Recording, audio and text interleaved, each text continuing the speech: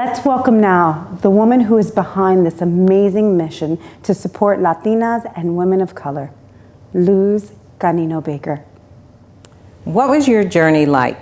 Was it the traditional route, high school to college to career? Did you have a few people who helped you? What if all girls and young women of color could see herself as a super achiever? I call it a SuperHer, meaning she believes that she can achieve her life dreams. What happens when life takes a detour after high school? Tonight, I want to talk about two paths, two Marias. Maria Delgado was planning a traditional route to college since her freshman day of high school, until that dark day when she was asked to record her Social Security number down on paper to get her driver's permit. Well, unbeknownst to Maria, she did not know that she was undocumented, meaning that she was not legally here in the United States. This was detour number 1, no driver's license. Later, in her junior year, she begins the process of applying to college, but she quickly learns that most of the colleges she wants to attend consider her to be an out-of-state student, which means a higher tuition rate. And she struggles to find those who can help her find private scholarships that she might qualify for as an undocumented student. So most of this time, this leads to her attending a community college versus the college of her choice. This is detour number 2. Unfortunately, upon graduation, when others are being recruited for jobs, she cannot apply since she does not have a Social Security number. So the only jobs available to her are manual labor that pay cash. This is detour number 3 that can last for years and years until the long, long process of becoming legal is realized, if it's realized. What if this was your daughter, your niece? Wouldn't you want to help her? Let's meet Maria Sanchez. She was born in the United States. Her mother had never married, but had 8 children. Her mother did not work because she had 8 children.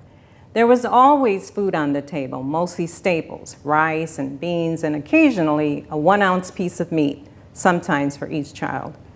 Her mother always made sure that Maria and her siblings had clean clothes, despite the fact that they were hand-me-downs from kid to kid. Maria loved learning. She read 4 books a week. School was her favorite place. Most of Maria's siblings went to school despite living in a gang-ridden community. Maria went to a high school where she was the minority. She really didn't want to go to college because most of her older siblings had not gone to college at the time. So when her high school counselor forced her to apply and she got in with a full scholarship, she decided not to go the week that school began. No one really cared that she had made this decision. This was detour number 1. Instead, she quit her job at McDonald's and went to Puerto Rico for 6 months to attend the University of Puerto Rico. But when she got there, she quickly realized that getting there would be a daily 2-hour trip, and she would have to use a private car service, and that made it cost prohibitive. So she didn't go. This was detour number 2. After 6 months, she went back to Chicago, got a job, started her long journey to pursue an undergraduate degree. It took 8 years and no scholarship. By then, Maria had been married at 21, divorced at 30, and 3 children in tow. By the time Maria graduated from college, she was 35 years old. She had a job, but she was only earning less than $50,000, despite the fact that she had been in the bank for 15 years. It took Maria 20 years to earn $80,000, despite having a vice president title. What if this was your daughter?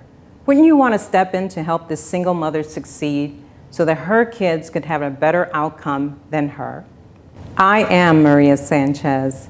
It's been 10 years now since I've started this organization, and I've helped many, many Marias. Not all have the same detours, but many have their own unique stories.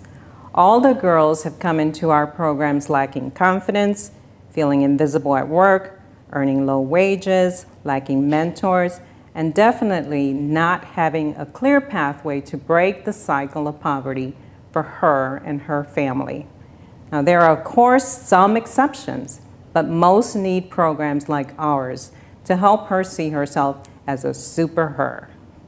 And we have expanded our offering to now start the journey early with little girls like Gigi. After the Me Too movement, I realized that one way to eliminate sexual abuse is to teach our girls early that they are smart, that they are strong, and they deserve to be safe. Our FUERTE program moved from just Latinas to women of color as we learned that we share common needs with Black girls and with Indian girls. And our longest running program, Arch Her Leadership, where we arch her leadership forward, continues to run with Latinas leading in their field of expertise. As you've heard, the innocent of a child's dream to one day be a ballerina. It should behoove us all to make that happen. We need your support to continue to offer our girls and our women of color support, encouragement, and challenge her to become a SuperHer.